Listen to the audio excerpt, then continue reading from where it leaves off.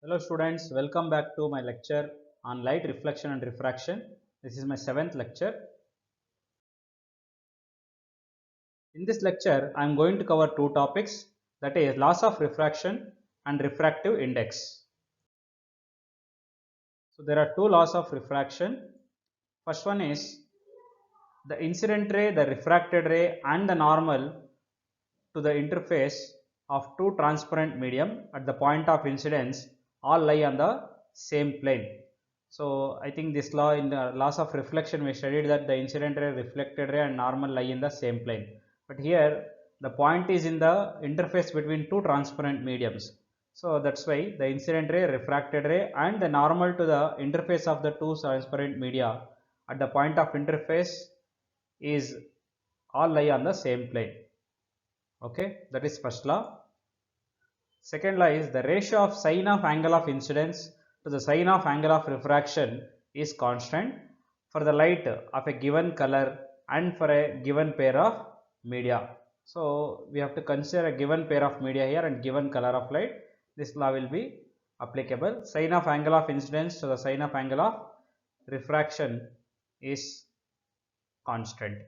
If I is the angle of incidence and r is the angle of refraction, then we can write sin I by sin r is equal to constant. So this is the equation form of second law.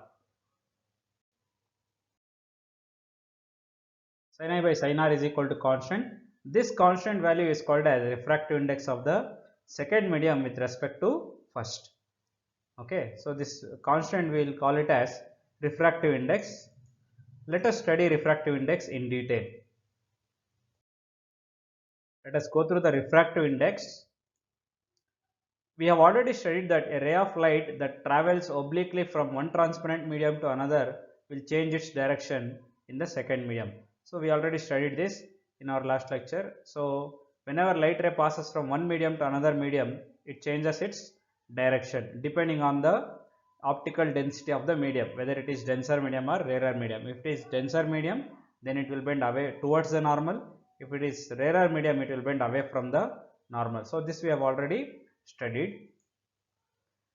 The extent of the change in direction that takes place in a given pair of media is expressed in terms of refractive index, the constant appearing on the right hand side of the equation. So in the previous slide I showed you the equation sin I by sin r is equal to constant. That constant is called as refractive index. The refractive index can be linked to an important physical quantity, the relative speed of the propagation of light in the different media. So how it will relate, we will see in the next slide.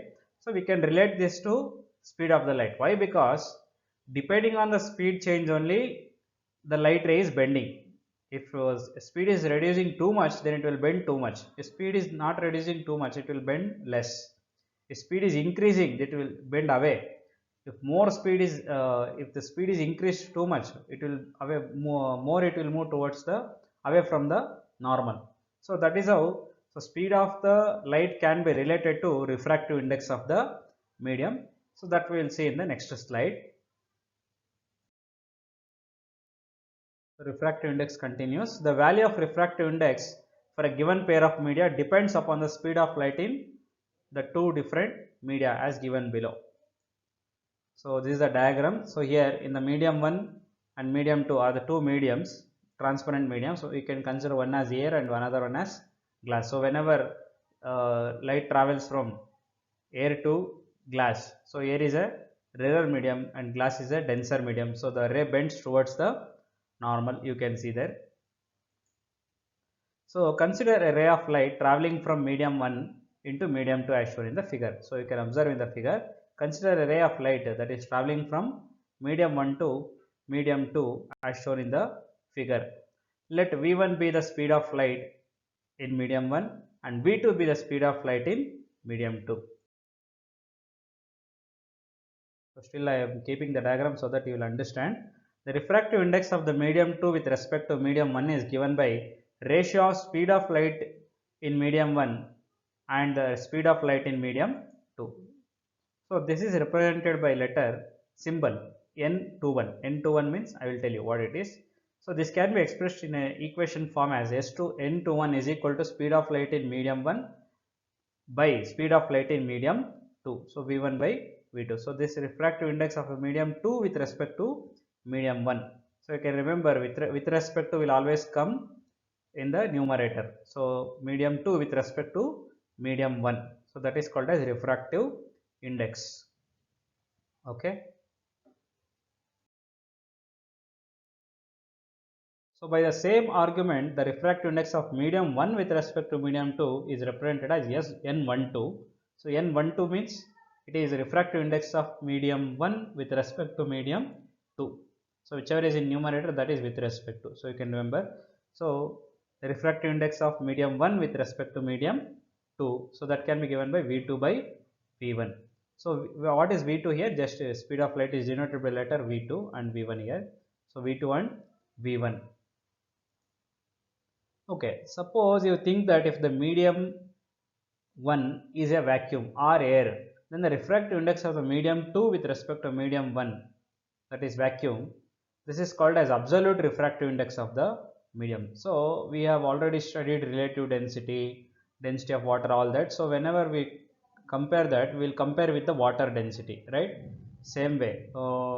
Here we are comparing the speed with the speed of light in vacuum. Speed of light in vacuum is given by denoted by letter C. So that value is speed of light in vacuum or air is 3 into 10 power 8 meter per second. So if I take air as one medium and some other material as another medium, then n is equal to speed of light in vacuum, that is C, that is C by V. V is the velocity of light in any other medium, whichever medium you want to find the refractive index.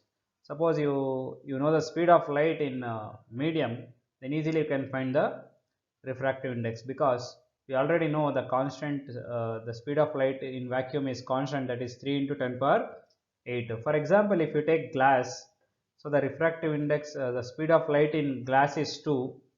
Okay, speed of light in glass is 2. So 2 into 10 power 8 meter per second. So if you take the refractive index for glass, you will get it as 1.5. okay, that is how you can calculate the absolute refractive index of the medium. So whenever it is compared with the vacuum, then we'll call that as absolute refractive index.